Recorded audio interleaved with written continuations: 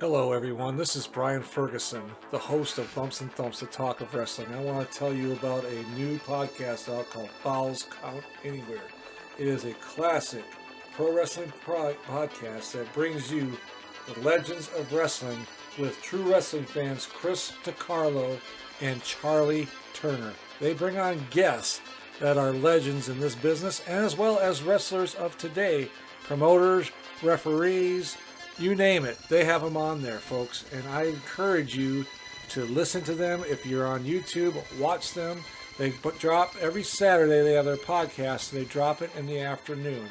So look forward to that podcast coming out. Falls Count Anywhere podcast with Chris DiCarlo and Charlie Turner. Folks, you will not be disappointed. I guarantee it. And enjoy the podcast.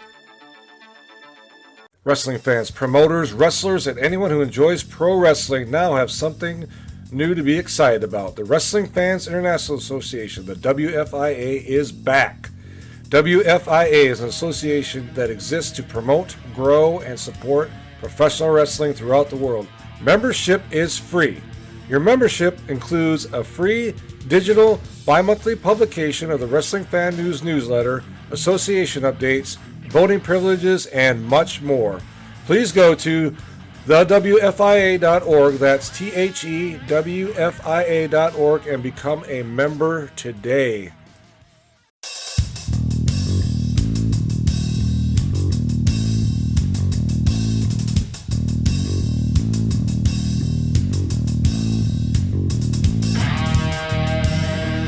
Edition of Bumps and Thumps, the talk of wrestling. I'm Brian Ferguson. My guest today is known as the Unbreakable Bad Boy. He is known throughout the independent circuit and has been in the wrestling business since 2001. It is my pleasure to introduce the Unbreakable Bad Boy, Justin Lee. That's me, Justin Lee. Hey, man, we appreciate you having us on here today. I love the background, by the way. The Hulk Hogan, especially 80s Hulk Hogan, that is my guy.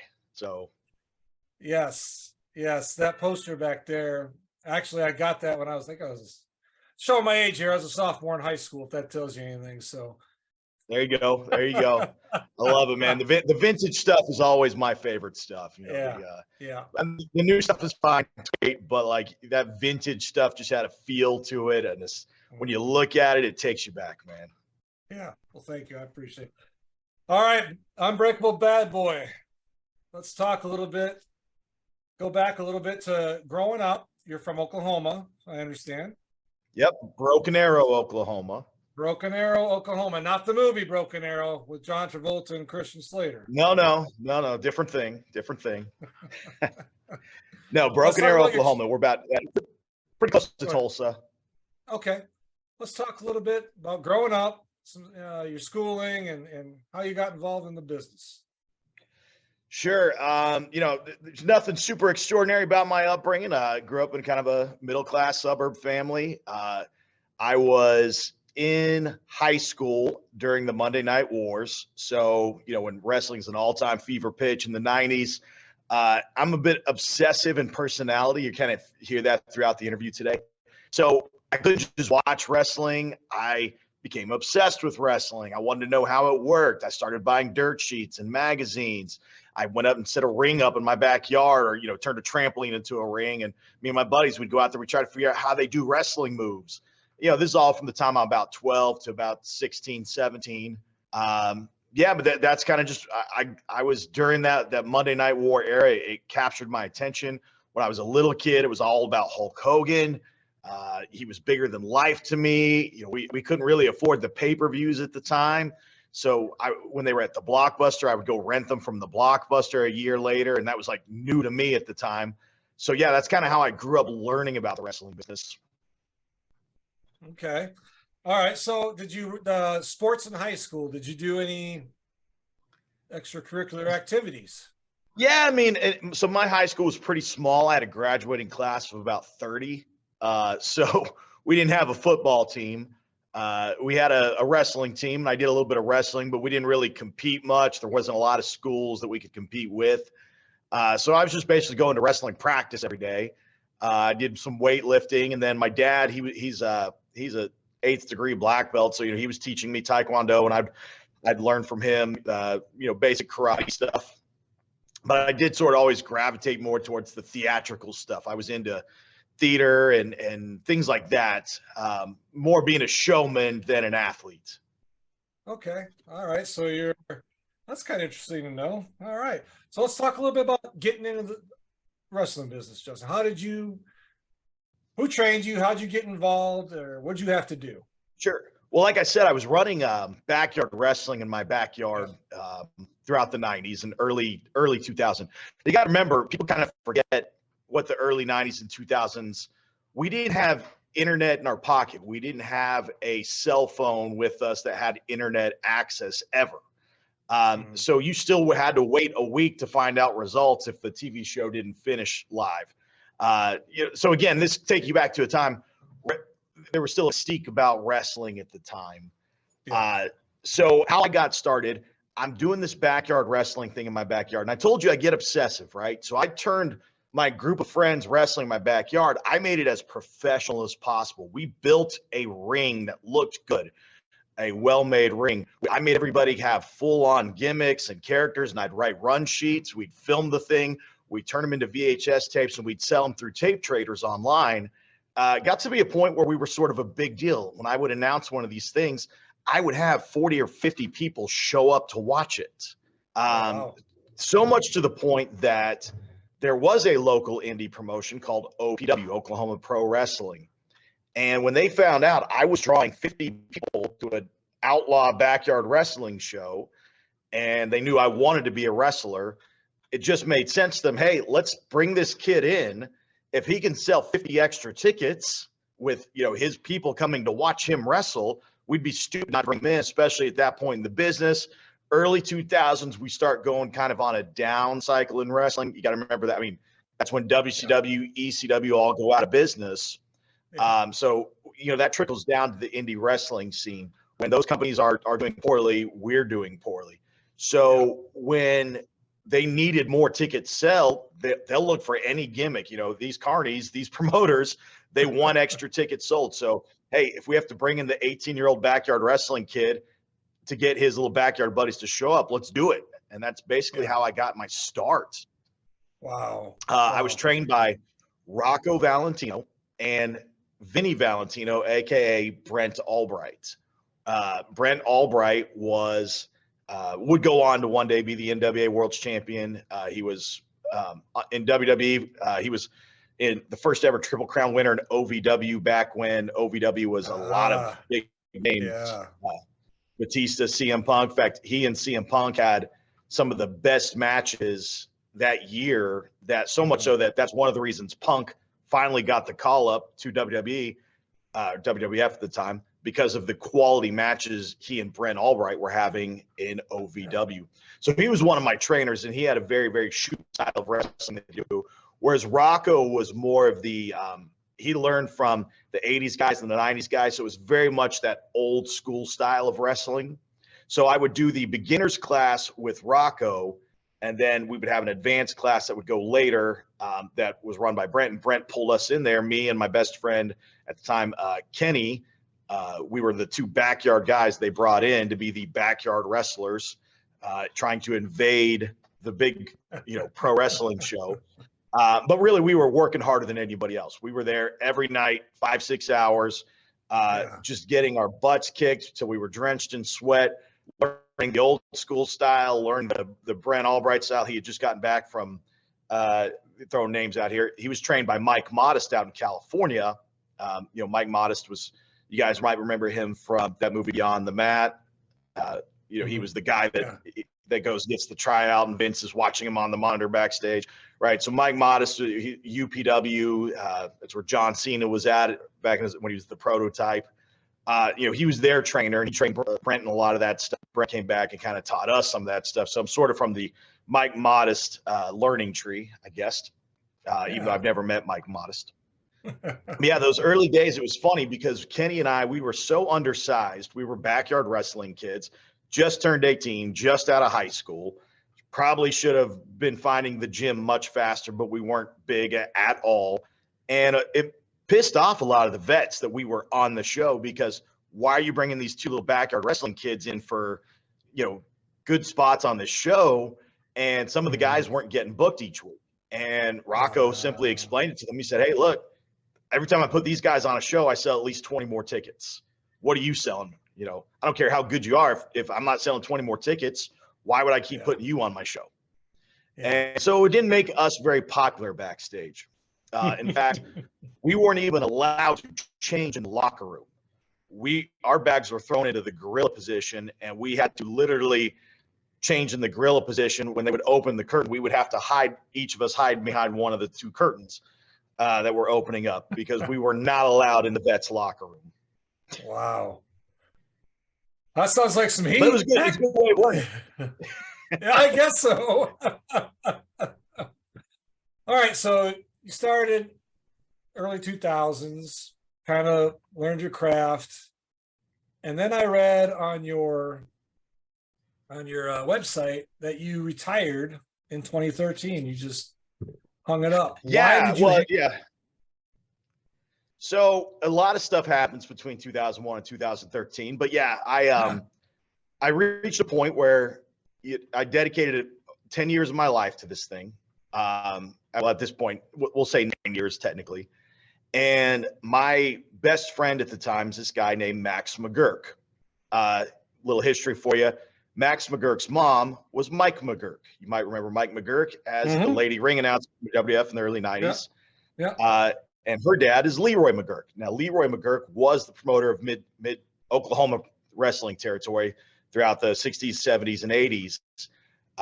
Leroy and what would become Mid-South Wrestling. He gave DiBiase, all those guys their start, basically. And he was promoting Oklahoma, Louisiana, parts of Texas, Arkansas, that sort of area, Missouri even. So his grandson is my best friend. He gets a tryout because, connections with Jim Ross at the time. He goes to WWE, and he's working out with FCW in Florida.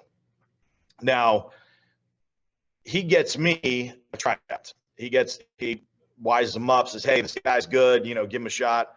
WWE comes to Tulsa. I get the call. Hey, we want to look at you. Well, finally, 10 years in the sport, man, this is what I've been doing. This is what I've been working hard for. This is everything I've been training for. And I thought, look, if it doesn't happen now, it's probably not going to happen, right? You can only go, I went from an 18-year-old kid. Now I'm in my late 20s, right? Now the window's closing. So I get there, I get to the tryout. They tell, it's a very surreal situation.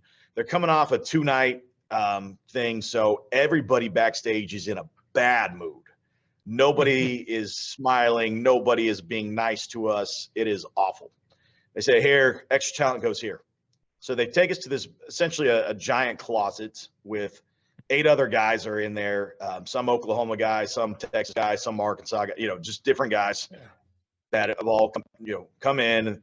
And everybody was told to, wear like a black slacks and a nice shirt just in case we need you on TV for something else. They make us go fill out some paperwork while I'm in there filling out paperwork. I see guys like CM Punk and stuff, pop their heads in, asking about their comp tickets, things like that. They barely acknowledge us. They look at us, they give us kind of a little head nod and walk off, so it's like, oh, friendly. So we get told to wait in this locker room again. We'll just keep waiting. Just wait in your closet. Finally, somebody comes and gets said, all right, you guys go out to the ring. So I brought my ring gear. Well, everybody else is in like workout gear, like shorts and a t-shirt. I'm in my tights because I'm thinking, why did you guys bring workout gear? Well, apparently I wasn't smartened up. Everybody, you don't wear I guess it's considered bad to wear your ring gear out there. They don't want to see you in that. They want to see you working out. Oh, well. So I wore my ring gear. And the guy working us out is Jamie Noble. Okay. You guys might remember Jamie Noble. And man, is he a miserable piece of crap. He hates his life, doesn't want to be there. He doesn't want to be doing what he's doing right now. You can tell he would prefer to be on TV, wrestling, not working out a bunch of indie guys from Tulsa, Did you ever wonder what could have been with the AWA had things gone differently, had their fortunes gone differently, had certain wrestlers not left, and perhaps more money would have been at the disposal of the Gagnes? Well, wonder no further. You can go to Brad Drake's YouTube channel and experience the 1987 Supermod for yourself, as Brad Drake starts off in May 1987, along with Greg Gagne, Baron Von Raschke, Vern Gagne himself, Nick Bockwinkel, Larry Zbyszko, Kurt Hennig, and a slew of others as he plays and saves the AWA. But that's what he's sent there to do. So he's just kind of really, I don't know what if I can use the language here, half-assing it. That's fine. Yeah, go ahead. He doesn't want to be there. He doesn't care. He just said, all right, you guys get warmed up. I'll be back with you. So we're just, some of the guys who are in the tryout have done tryouts before. They're like, oh, yeah, we need to be in here working out, guys. Vince McMahon, if he walks by and sees this ring empty, he'll actually get mad at you, saying, why am I setting up this ring? Why is this ring empty? You guys should be using this. So we get in the ring, we're working out, and, we're all trying out our stuff. And, I want to see the ring is much bigger than what I'm used to working in. So I climb up to the top rope just to kind of feel what it feels like to be up there. Feel how high I'm up there. I'm up there and just do a little backflip and jump off, land on my feet.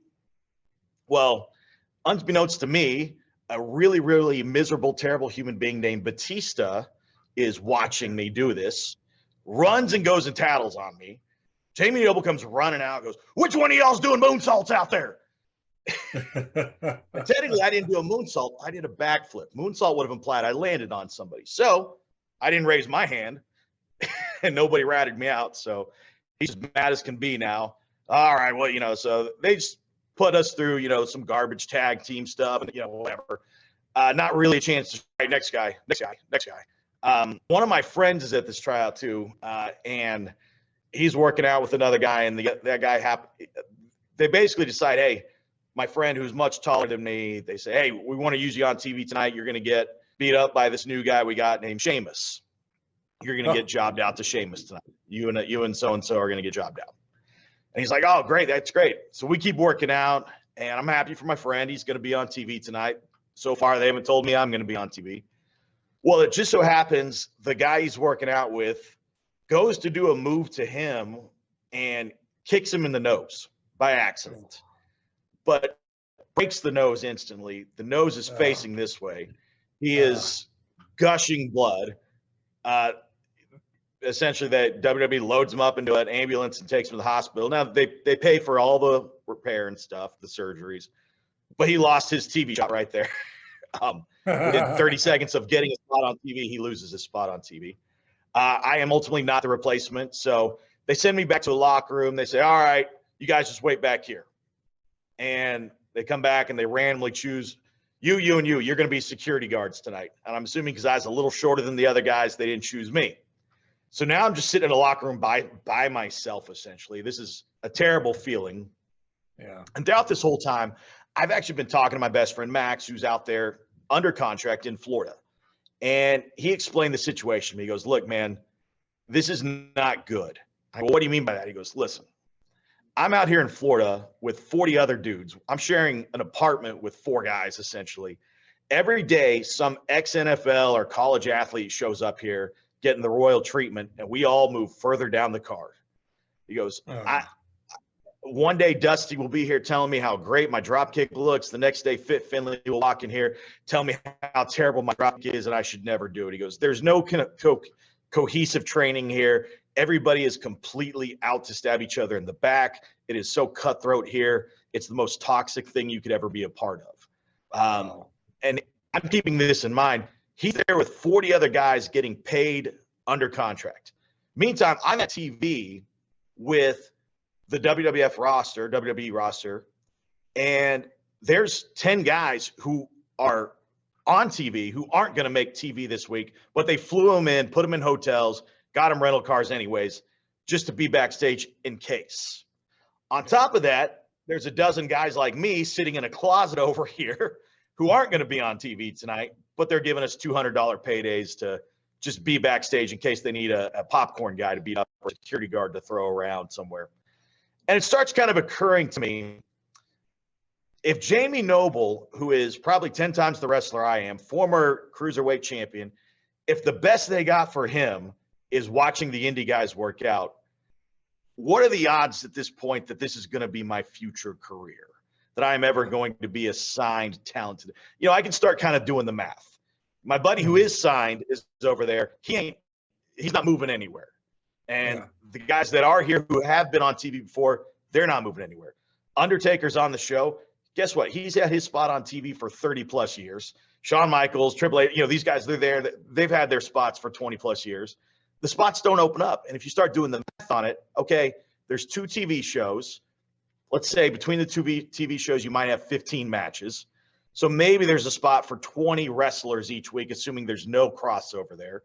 On top of that, you got referees, announcers, you know, managers, things like that. Guys are just doing, you know, whatever spots. So you might have 40 TV spots total every week. Maybe, if you're lucky, 40 TV spots.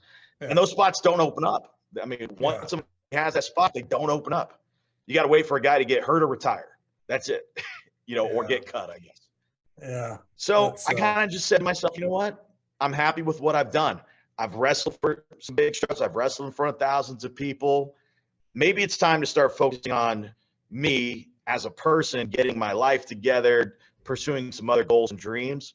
So pretty much immediately thereafter, I start starting my own company. My friend Max gets cut by the WWF. He comes back, so I keep wrestling with him. We start doing a tag team thing just for our own fun. But he and I are working together. We start this company together. And before you know it, within a few years, I'm making a great living off this company I started. And it really becomes, this is where I need to be spending my Saturday nights, not at an indie show in front of 25 people. And so that's ultimately what led to my retirement in 2000. Well, my last match was 2014. By 2013, I was pretty much done. So there right there, you can see when I was a backyard wrestler to my current day. Similar pose. It's kind of funny to see something like that. You got to remember, that's probably 1997. So it's not like today where everybody's got a million pictures. You know, you had to go buy a camera and wind it up and then take it to the grocery store, get it developed back then. So I had no idea if it was going to be a good picture or not. It turned out pretty good. How about, so this is your mentor. Yeah, so that's Brent Albright, who I was talking about. Brent, backstory on Brent is he was an Oklahoma kid just like me. And man, he was at a different level. What I mean by that is this guy, he was 100% driven by passion. He was going to make it in the wrestling business. I mean, everybody says that. Everybody says they love wrestling and they want to be a wrestler, but it didn't matter what the drill was. This guy would outwork everybody in the room. And what I mean is, you know, I was at this time a young kid who wants it as bad as possibly can be. We would do these drills, and eventually I would reach a point where, like, I got to stop, man. I'm about to pass out. Brent would keep going. He would just grab another person and keep doing the same drill for another 15 minutes. Then that person drops dead. He grabs another person. I mean, that's what I say. He's just cut from a different cloth. You know, passion. So we knew he was going to make it. His only problem was he just didn't have the chops, the microphone chops, the charisma necessarily. He was more of a Benoit type character, which is funny because once he finally got signed, the WWE, they say, hey, we got to bring you up to the roster. He's an OVW Triple Crown champion, having these great matches. They say, we're bringing you up to the roster. What do you want to do? Well, at the time, he said, look, I consider myself a Benoit-like character. Can you just put me with Benoit? So they debut him on SmackDown. He defeats Booker T in his debut match. Oh, wow. They start having him tag with Benoit. They're they're trying to make him into this big star. But at that time, you know, things go awry. Benoit's got to get off TV for a while. They kind of start burying Brent. And then eventually doesn't work out. He gets cut from there, goes to Ring of Honor, becomes a big star in Ring of Honor. And then eventually the NWA comes calling, and they make him NWA World Heavyweight Champion. You know, problem is at this point in time, he gets injured. And when he gets injured, just like it's kind of the old wrestler story, you start taking those pills to get over it, to keep yourself going, and it leads you down the wrong path. And for his health and his safety and keep family together, he had to walk away from the business. Maybe one of those guys you could easily mark him down as, had he been the right spot at the right time, he would have been Brian Daniels, or, you know, he would have been that guy. It just didn't work out. Yeah. That's unfortunate. All right. So some more pictures of you doing some training. Yeah. So the first one you see there, that's me in 2002, working at a training school. The one at that time was called Oklahoma Championship Wrestling. I didn't fancy myself a trainer. I was just kind of a battlefield promotion.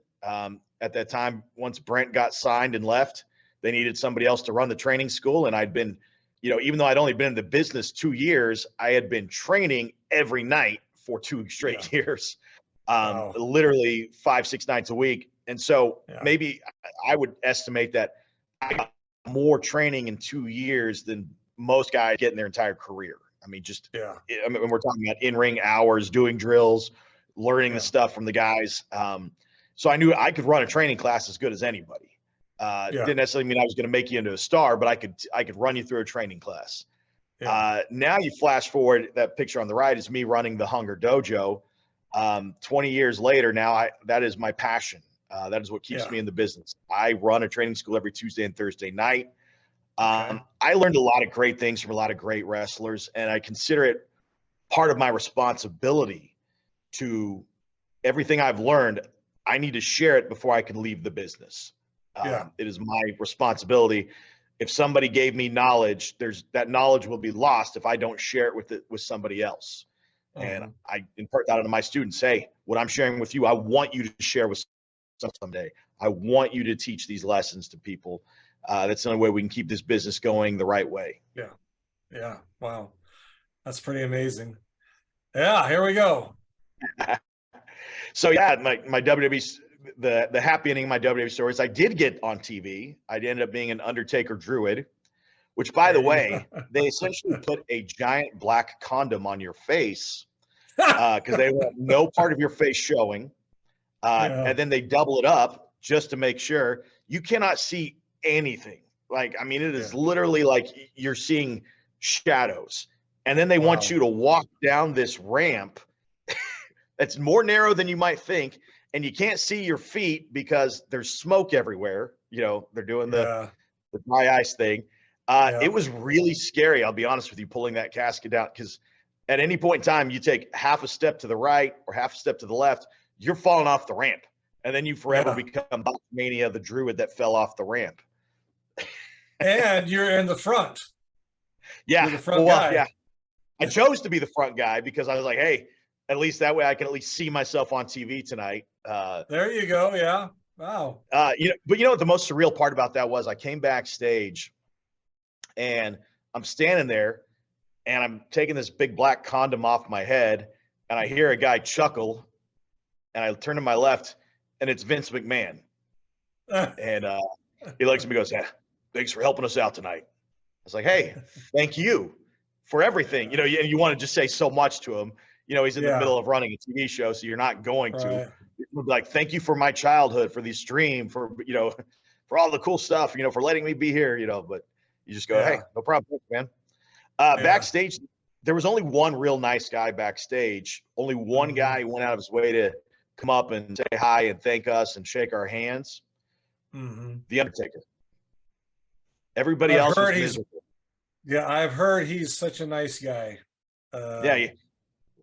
He walks up to us during catering and says, finds our table and says, thank you guys for helping us out. My name's Mark. Thank you guys. My name's Mark, giving us the old wrestler handshake. You know, like we didn't know who this was, you know, but he's still, you know, time to, I mean, he's old school, and that's, you know, old school mentality. This thing I still teach my guys. Every time you walk into a locker room, shake everybody's hand, introduce yourself. If you don't know them, say hi. I was like, you never know, because the guy you meet and become friends with tonight could be your best friend in 5 years, could be the guy that sets you up with that tryout match in a year, because you were a good guy and walked up and took the time to be nice and be civil and behave, as opposed to being standoffish or just kind of, whatever. Yeah. Wow. Yeah.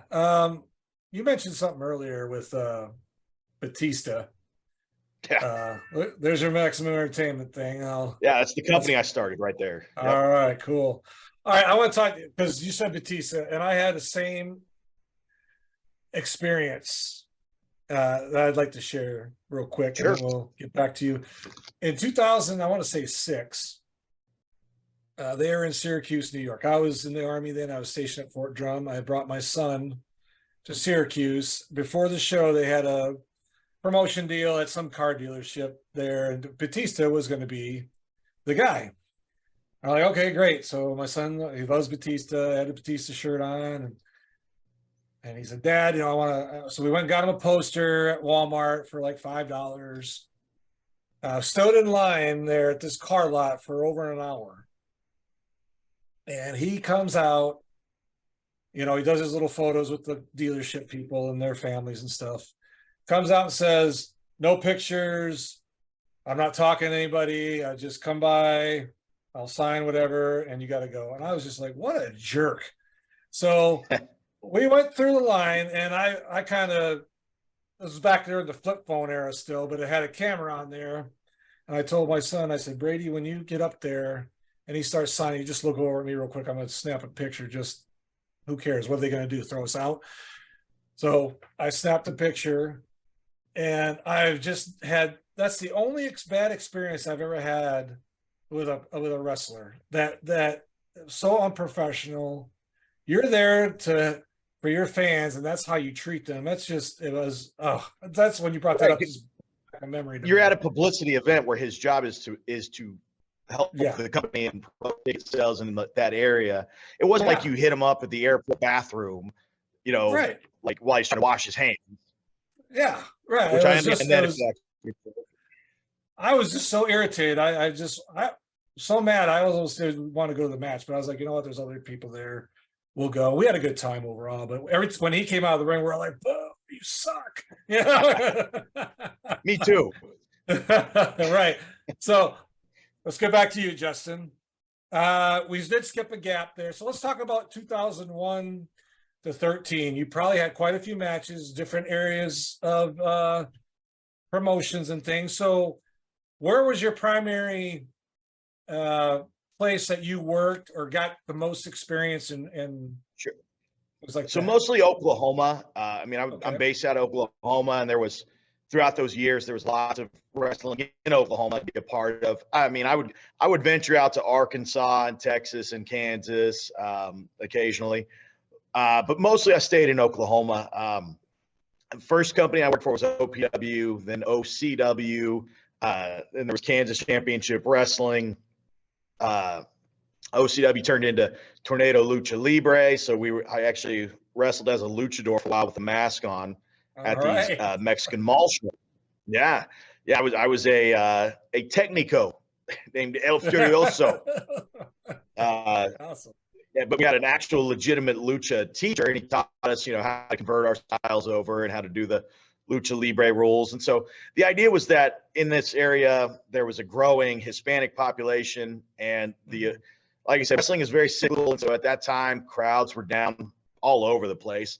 But you had this new population of Hispanic people coming in, and if you would offer something for them, they would show up in droves. We wrestled one Cinco de Mayo show. I remember in front of it was up to that time the largest crowd I'd ever been in front of. It was like 2,000 people. Oh wow! Just packed in a parking lot. Yeah, just a huge. And again, they were there for a festival, but at the same time, they all came and watched the wrestling, and they watched the whole thing. It was fun. Around that time, NWA starts a branch sort of in Oklahoma, NWA Oklahoma, which would become NWA Universal eventually. I get hooked up with them, and that's where I first time I really started working with names, Christopher Daniels, and a lot of the guys who were on TNA at the time, they would bring them in. Did the Candido Cup after Candido died, so they would bring in a lot of names for the Candido Cup. Never got to meet Tammy, unfortunately. That was my childhood crush when I was 12, 13, 14. To this day, if Sonny wanted to come, I would still mark out for Sonny. I don't care how cracked out and probably in handcuffs with an ankle monitor she is. She's still Sonny to me. They were. No. I never got to meet her. She was supposed to be on both those events and no showed both of them. Yeah. But yeah, it was a fun time, man. Like I said, it was sort of the beginning of internet wrestling era. So Yeah. you still had to promote wrestling events in a different way back then. You still had to hang in the posters, and you couldn't just post something online and people would go to it. Remember, Facebook wasn't even really a thing until 2010. Right. So if you're trying to promote wrestling events back in the mid 2000s, it was still old school style promoting. You had to go out and shoe leather, and maybe if you're lucky, you got a radio station or a morning show to help you promote. But yeah, it was not the way back then. Yeah. You didn't No, it have the was internet. not. Although to be honest with you, Good. I have a website, justinrules.com. Yes. I started that website in 2001, and that website is still up. Yes. Okay. I have one of the oldest websites on the internet. One of the first pro wrestling websites that's still up, justinrules.com. Wow. Yeah. I chose that because justinlee.com was already taken. Yeah. Of course. But that's a cool, because I have checked out your website, and it is actually really good. It's really crisp, inviting. It doesn't have a bunch of ads popping up all over the place, and it tells your story, your bio, your matches, your upcoming events. It is a very good website. I was quite impressed with it, to be honest with you. I have a complete record of every match I've ever been in on that website. Yeah. I know my singles win-loss record is the crazy part. I lose a lot. Luckily I got promoted as a white meat babyface most of my career. And back through most of the promoters who had that old school mentality, if you got to send the crowd home happy. So I would often win my matches. Most of what, like I said, what we were doing back in the day was a lot of spot shows. So you didn't have to necessarily build the story up. It would be a one night and done story. So what would usually happen is early in the night, maybe I'd be the opening match. I get attacked during the match by a much bigger heel. And then, so that's the main event for tonight. Come see Justin get his revenge tonight in the main event. Stick around. And so we would do a lot of stories like that. So I was very blessed. I won my first match, which was for the Oklahoma light heavyweight title. And very few wrestlers say they won a title in their first match. And I'm not saying it's because I was great or I was this amazing talent. It was literally a necessity thing. Every light heavyweight in that promotion had basically turned in their notice saying, I got a new job up in Kansas. I'm moving. So they basically had 3 guys left. And of the 3 guys, I was the most charismatic. And they said, okay, he had this back when I had the long blonde hair and a ponytail, and I'd have the earring.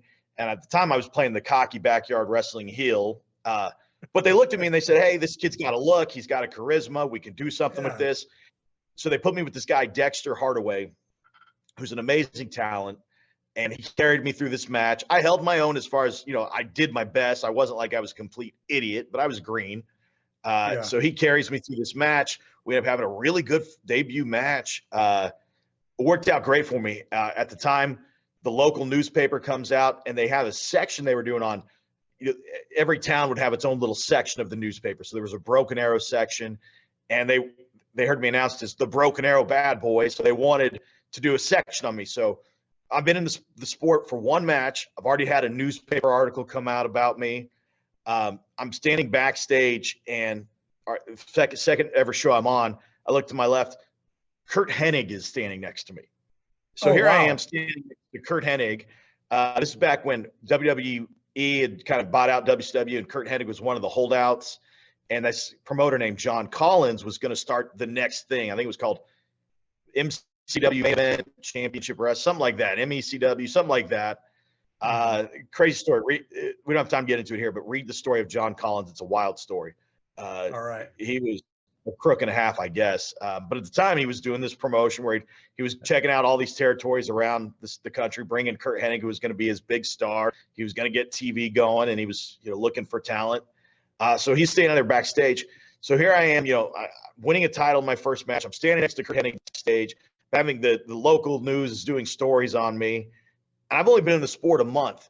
You think if you have that kind of trajectory, where am I going to be in a year? I'll be main eventing WrestleMania by next year, right? No, it didn't work out. But it felt that way at the time, right? Yeah. Yeah. Wow. You're chasing this dream and it's coming true so fast. You just thought, hey, only place to go is up, right? Yeah. Wow. That's pretty cool though. I mean, you won your first match and a title. That's pretty amazing. I wouldn't recommend it. It's good to stay humble, pay your dues. Yeah. I got very lucky. I had a promoter who liked me, who took care of me. But at the same time, he if I had matches with him, he beat me up worse than anybody else. So not that I didn't pay any dues. In fact, we went through some very dark times in wrestling. I remember wrestling in front of 6 people, and I was the only one setting up and tearing down rings by myself, which is not easy to do. And there was times I would pull kids out of the crowd and say, hey man, if you'll help me get this ring set up, I'll teach you how to wrestle. I'll show you moves. And I'd run this outlaw training school because nobody else would show up to help me get the ring set up. Everybody would show up for match time. There were dark days. I paid my dues. But it was nice when I got to start doing things like AWA, wrestling in Kane's Ballroom, wrestling in Texas and in Arlington and PCW. There was, I remember, so I got a tryout with PCW. It was a big promotion in Arlington. It's where Kendrick and London, a lot of those guys were kind of getting there early. Paul London, for sure. I don't know if Kendrick, but Paul London was there.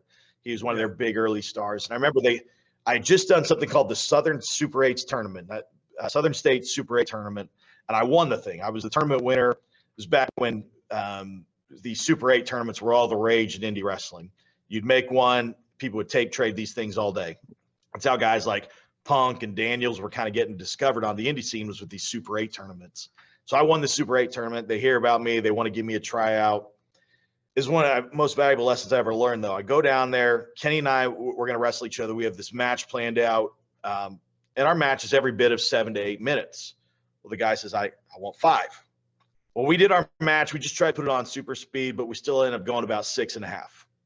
We get backstage, and we think we just had a banger match. And the promoter goes, hey, man, I asked you to go 5, and you went 6.5. I can't use you. Thanks. Oh, my gosh. Wow. Lesson learned, though. If the promoter says 5, go 4.5. But it's we thought we were doing such good. Oh, this is such a good match. They'll appreciate that we went over. And that wasn't the case, man. Like, especially when those guys are making TV shows, they said, hey, man, I need somebody who can hit their times. That was part of what the trial was. Can we use you on a TV scenario? But I learned right then and there to learn what the booker wants, understand what the booker wants. That was a big lesson I learned that day. Yeah. Wow. So, back probably about 6-7 years ago, indies really started making a comeback. To me, anyways. I went to right when shows. I got retired. Yeah, when you retired, is that what brought you back in 2020? It's like, okay, you know what? I miss it. I got the bug. What was it for you? It was really more of a COVID thing, honestly. 2020, hits, and everybody's stuck at home. So one of the things I did when I was stuck at home is I pulled out some of my old wrestling library and started watching it, going, I could still do this. I think, I'm still in pretty good shape. And, pro wrestlers, we never really have that last match. We always kind of never feel like it's the last match. We always say, well, I'm going to come back at some point. I'm going to do something at some point. Well, at this point, once you start hitting 6-7 years, am I ever coming back? I don't know. Right. I took time off to start my company and got comfortable. But now I was telling old war stories, right? I would tell everybody how I used to be a wrestler, and I didn't really have all that great of footage from my early days in wrestling because we have the video equipment and iPhones and stuff that people had. So it was just a handful of pictures and a few videos that I had. And I said, I'd like to come back one time just to, have some nice new quality footage of me as a wrestler. So I reached out to a guy I knew who was still promoting that I'd kind of helped train back in the day. I gave him some of his early matches, and he's running this company called Wrestling for a Cause, which is the whole company is based on helping kids with cancer, their families, raising money for them. Yes. And, if you're going to come back and do something goofy, pretending to play fight, do it for a good cause at least, right? You know, Right. go put on your tights and do it. So I asked him, I said, hey, yeah, you know, would you ever want to use me? He goes, well, hey, how about you come out one night and be you can be our guest host for the night. I said, hey, you know, that'd be fun. And it gave me kind of some incentive to start kind of working out and getting in shape. So we'd set this thing up for about 3 months down the road. So I start, you know, losing that COVID weight, hitting the gym, start kind of getting in shape again and getting my body back. And then before you know it, my body's in really good shape, getting in better shape than even it was before, because I have nothing to do all day but work out, because it's COVID, right? So I come do this one shot, and it's just supposed to be me like making a match for the baby face to take on this guy. But then this guy I used to wrestle with, he's the big heel, and wasn't hard, but he talks me into, hey, how about you hit me with that super kick you used to hit? I go, well, okay, I guess I could do that. So boom, I throw out the super kick, crowd pops big, and he settled it on the mat, goes, hey man, they pop big for that. Pick me up, give me another one. Okay. So wait for him to get back up. Boom, give him another super kick. Crowd pops even bigger. So we get backstage. He goes, well, we got to pay this off. I go, what do you mean? He goes, you got to come back for a match. I was like, oh, okay, I'll do it. So now I got 2 months to train for a match, you know, and I haven't wrestled in 7 years. Yeah. And I don't know how to, I mean, I know how to wrestle, but you feel like you don't know how to wrestle anymore once you haven't done it that long. Mm-hmm. So I find a training school where some guys are training at. I say, hey, can I jump in with you guys? Treat me just like I'm a brand new student. So I'm going through all the bumps and learning a wrist lock all over again. But it started coming back real fast to me. My brain just unlocks that thing, and boom, it just all starts flooding back. Within a few weeks, like I'm got it. I've got my timing back. I've got my bump ability back. My body's starting to feel good because it hasn't done this in 7 years. Like everything healed up. My back healed up. My knees healed up. My elbows healed up. Yeah. So I go out and have this match, and it's a great match. I mean, I'm a little sluggish, but it tells a beautiful story.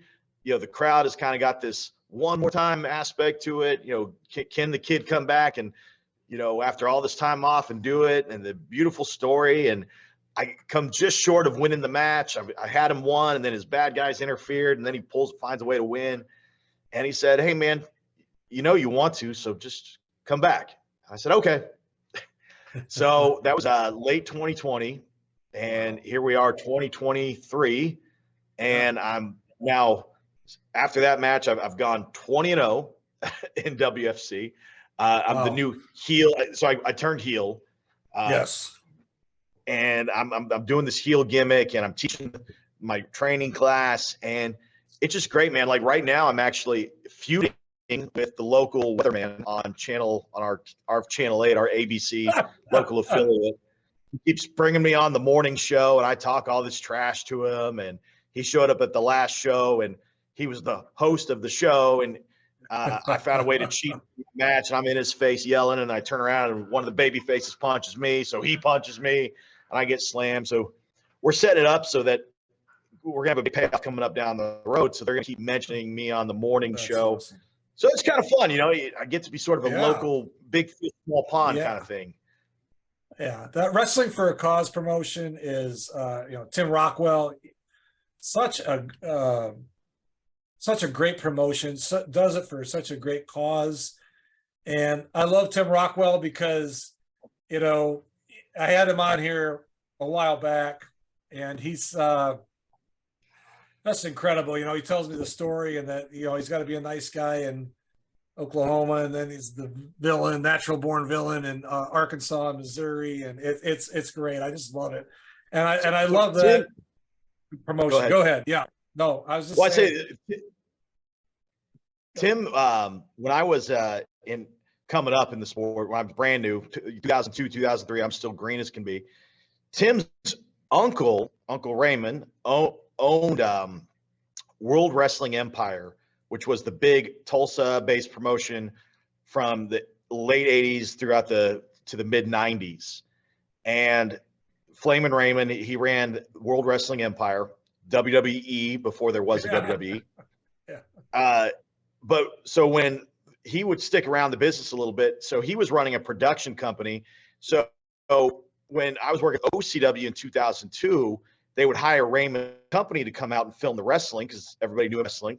And he had this little tiny annoying kid that would walk around and hold the cord named Tim, who would, within a few years, become this wrestler.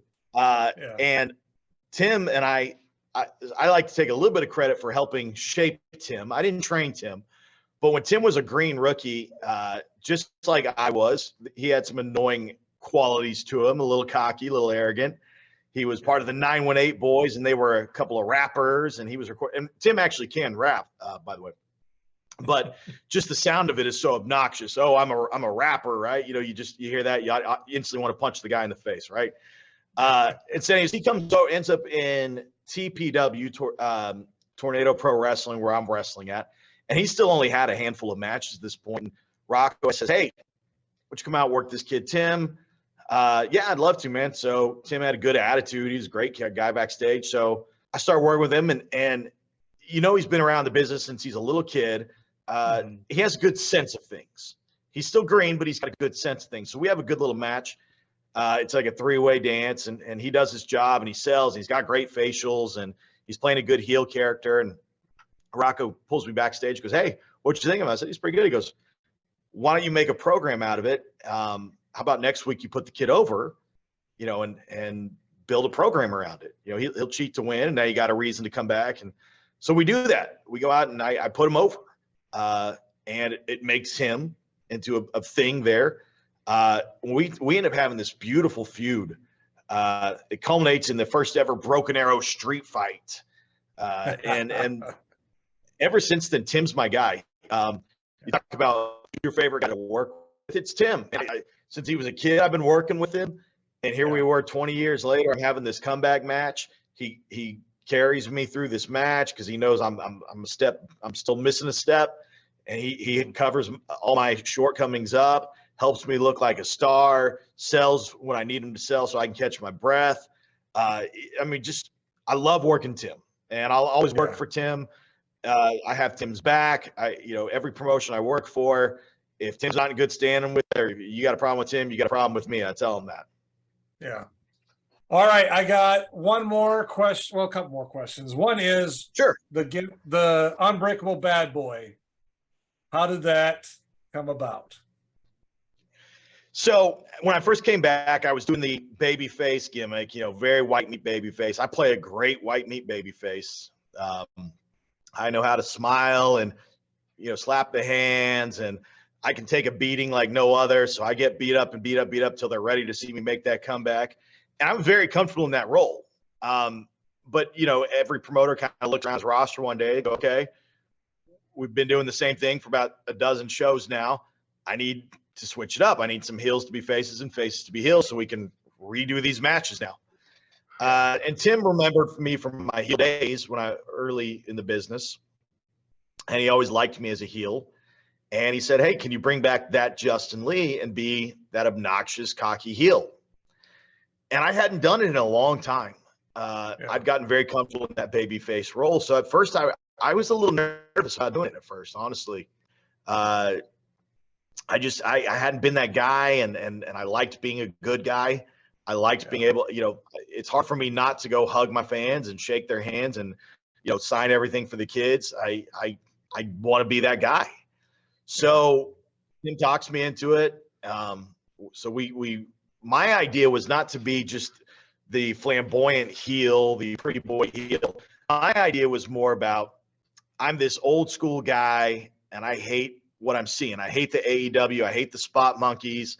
I hate the guys that aren't telling stories. They're just chasing, having this banger match. They're supposed to be bad guys, but they're out there selling merchandise like they're a good guy. They're trying to be the cool tweeners. I fed on that kind of idea. I said, well, what if I became a heel because I needed to be the gatekeeper that wrestling apparently didn't have anymore?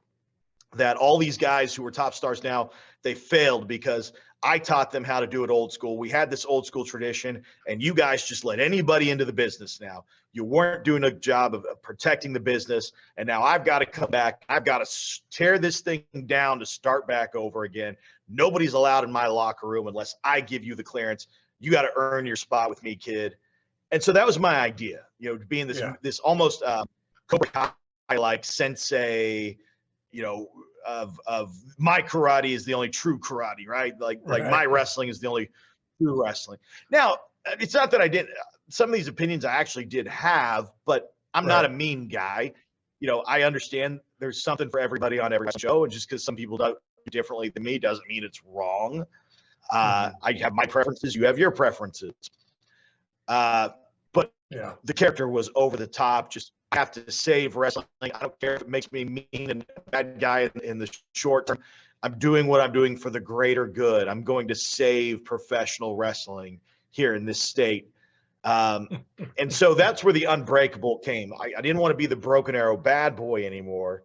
And I was like, well, what's the opposite of broken? It's unbreakable, right? This unbreakable character. Yeah. So I started working the idea of being unbreakable. And sure enough, while I'm setting this idea up and building the seeds for the future heel turn, I get my nose broken in a match. Oh, no. 20 years, never broke anything in wrestling. 20 years later, I get my nose broken live during a match, which is ironic because I'm wearing a shirt that says Unbreakable. So I'm in Arkansas wrestling for Crown Championship Wrestling. We're having a tournament's crowned. It's actually a national title. It's the American Pro Wrestling. It's their title, our traditional American Pro Wrestling, I should say. But it's defended in many states. But they wanted to make me the first light heavyweight champion. So that's this tournament, and I'm only supposed to wrestle one match this night. But there were some no-shows, and so what they do is they change the brackets up and say we're going to have the opening round and semi-round tonight. So my first round match is with this guy named X-Cal, who I have all this history with. He actually used to be one of the backyard wrestlers with me when we were kids, but we never had a one-on-one match.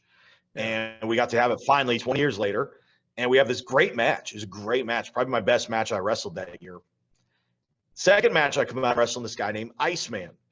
And we've never worked with each other, never really watched each other wrestle. And we're kind of putting it together on the fly. But we're both vets, so we know what to do. I'm the baby, you're the heel. Let's just go out. I said, hey, just jump me before the match starts. Beat me down. I'll make a little comeback. And then we'll do this, and we'll go home. Well, one of the spots I called for during my comeback was I'm going to go for a moonsault while you're standing. So I'm jumping kind of into you body press style. But what I want you to do is instead slide underneath me. And as I land, clobber me with the clothesline and cut me off and go back to putting the heat on me. So I go for the moonsault, and I could tell he's kind of trying to decide am I gonna go under him or am I gonna go around him? And as I go to jump, he hasn't quite made up his mind. So he kind of sort of ducks and sort of moves to the side. And as he does, he's got this bald head, and my nose just lands crack on the top of his skull, instantly broken. I knew it from the exact moment because I heard the crack go through my entire head. Never broke anything before till this moment. Yeah. And I cover my nose, and this is kind of my old school training. If you're gushing blood, get out of the ring. So go home no matter where you are in the match. So I lean over to the ref and say, we got to go home. This nose is broken. And what I don't want is one of these kids and families sitting ringside to have their kid traumatized by a bloody nose that I'm assuming at this point is facing the wrong direction. So I say, hey, we got to go home, come at me. I'm going to hit you with something real quick. So I hit him with a little neck breaker, pin him real quick, and I'm covering my nose and waving to the crowd. A lot of fans are kind of confused, like, well, that came out of nowhere. But it was literally starting to just gush out of my nose. And I didn't want to traumatize a 5-year-old and make some parent go, I'm never bringing my kid back to that, Yeah. So I get backstage and instantly everybody's looking at me going, oh my God, I end up putting a bunch of toilet paper up my nose, driving myself to the emergency room. Now the crazy thing is I was wearing this face paint that night, and I had like my costume, my singlet was an homage to Robin, like from Batman and Robin. Yeah. And I've got this green face paint that looks like his eye mask. Yeah. And the Batman movie had just come out that year, like a few weeks earlier. And so here I am walking into an Arkansas hospital emergency room, dressed like Robin, face paint, broken nose, blood everywhere. And I said, you know what they're going to think is that I saw this Batman movie, dressed up like Robin, decided to go fight crime tonight, got my butt kicked by some thugs, right? And that's what it looked like. And I went with that story. That's what I told the ER nurse. I was like, yeah, I was fighting crime, it happened. But yeah, so that's kind of the evolution of Unbreakable. And so Unbreakable is now kind of my heel persona. And, if I ever go back to being a good guy again, I'll go back to being the Broken Arrow bad boy. Yeah. I got to tell you, you look great. I watched some of your videos on YouTube. I've your promo photos. You look fantastic. You're great on the mic. You just have that sarcastic, because you're the Unbreakable bad boy. You have that sarcastic voice. You just have that look too, like, I'm better than you. I know I am. And it's great. I heard it described as, I was told from a beginning, it's an old Michael P.S.A.'s quote. Man, with a punch me face like that, you're going to make a lot of money. Yeah. I've got a punch me face. You do. That's a good thing. I mean, I will say in the last 5-6 years, especially, indie wrestling has really arched up in such a great way. I'm Wrestling for a Cause, Mid-States, New Breed, all these promotions, Tulsa. It's just incredible. I'm so glad that stigma of, oh, you're an indie wrestler, you must not be able to be good enough to reach the WWE level. And I'll be honest with you, right now, in my opinion, I think indie wrestling is as good or even a little bit better than the AEW and WWE. One is because you're not out there for 20 minutes on the ring talking about things that don't matter. You talk for about 2 minutes, you go to the ring or whatever. Two is I'm not paying $150 for a ticket to go see some guys, or I can only pay, $15 to $20, maybe $25, and I'm not paying out the yin yang for food. So kudos to you guys. We appreciate you, and you're underappreciated. I'm going to tell you that right now. One of the unique dynamics of indie wrestling that I explain to my students when I train them is that it's kind of like going and seeing live theater versus watching a movie. We're not there to work the camera. We're there to work the crowd. And this is kind of one of my complaints with AEW and stuff like that is they're always what I call chasing the banger. They always want to have this 5-star match that gets this critical review. And in the process, it is so choreographed that the fans know they are not affecting what is happening in the ring. Yeah. That, their cheers, their whatever, there's very little crowd interaction going on. Yeah. Versus old school professional wrestling, if I can look at the old lady in the crowd and pick the baby face up by his hair and say, I'm going to punch him every time you talk. Boom. You shut your mouth. Okay, that's on you. That's on you, right? And you make them part of the show, and they know they're affecting the show.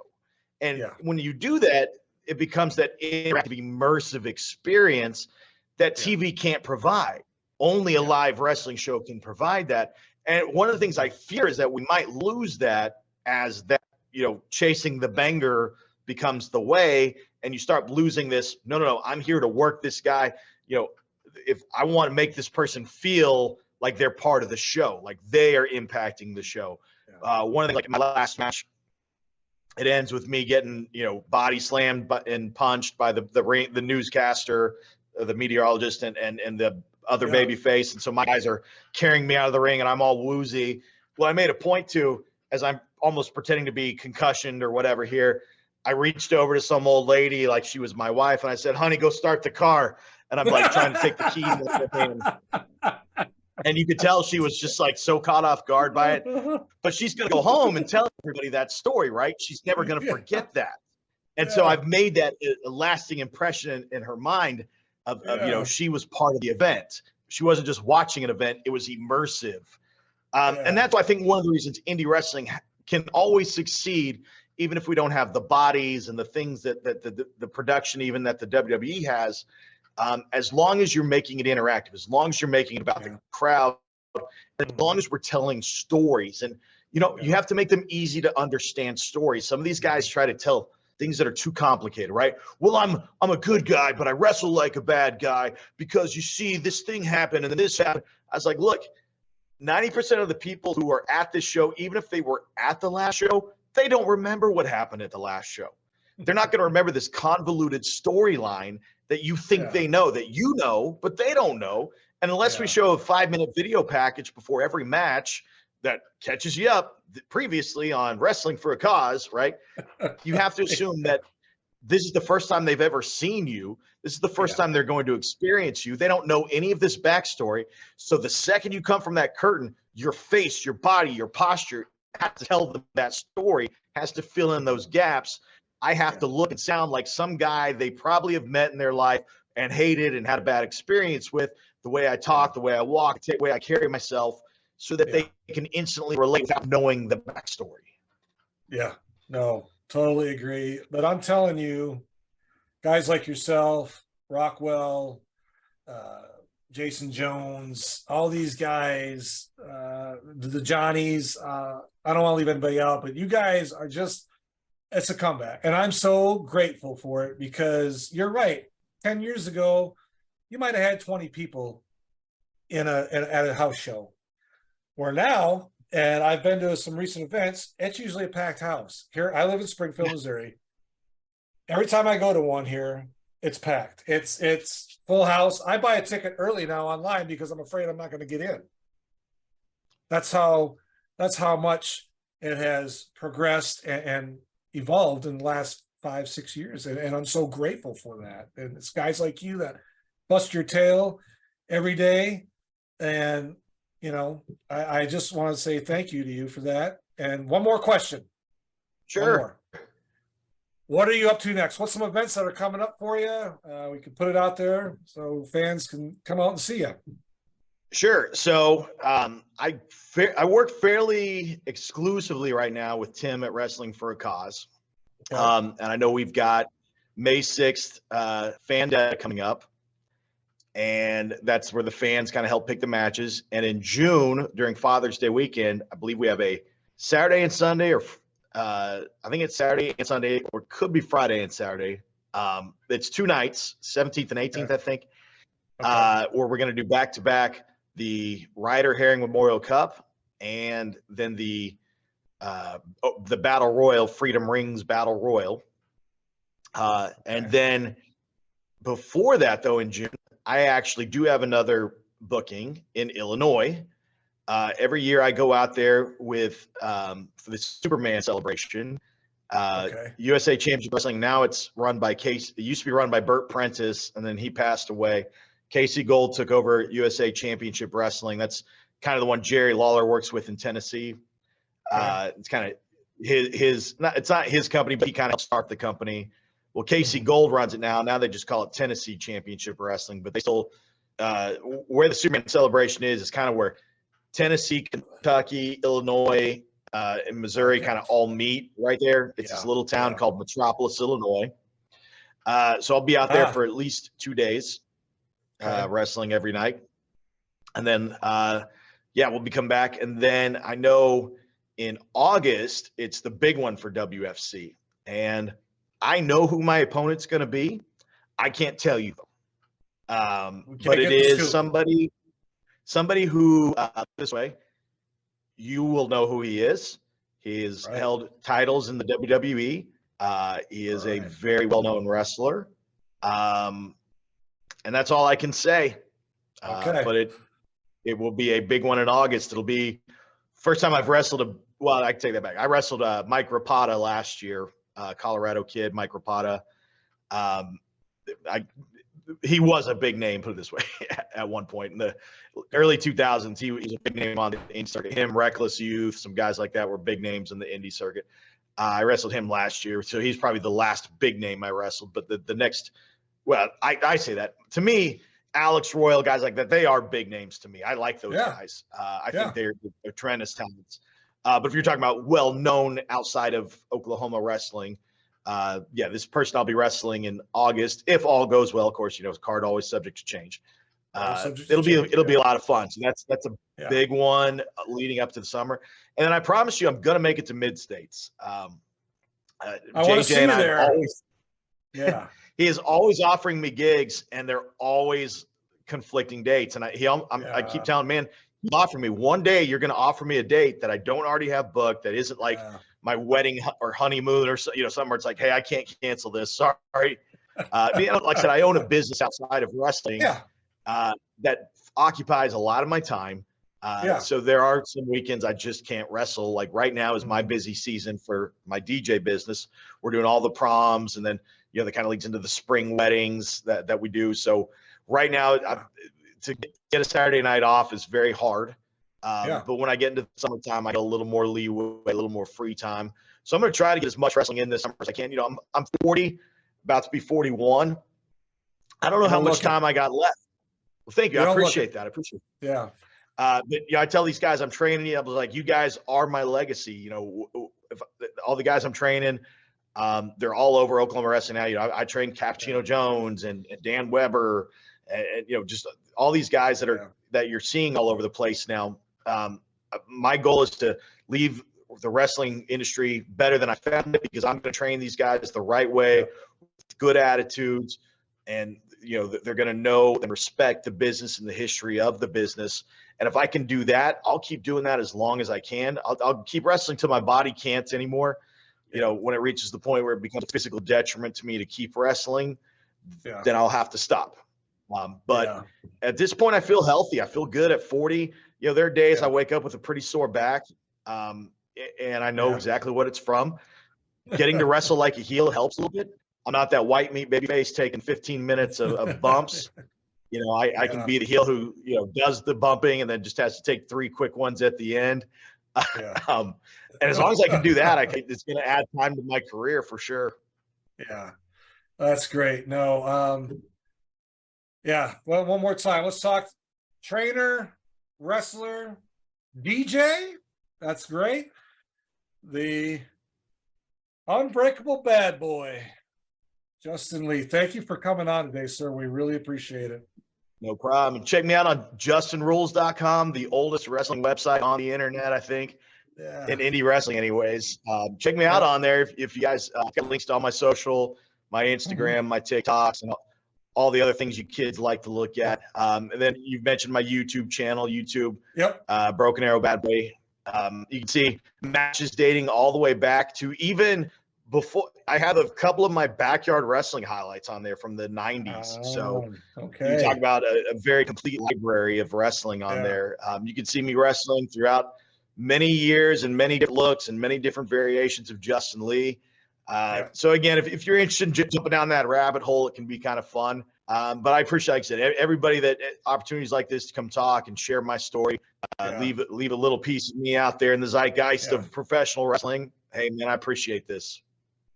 We appreciate you, and all those links Justin just said will be in the description at the bottom when this drops. So one more time, the unbreakable bad boy, Justin Lee. Thank you for coming on, sir. Appreciate it.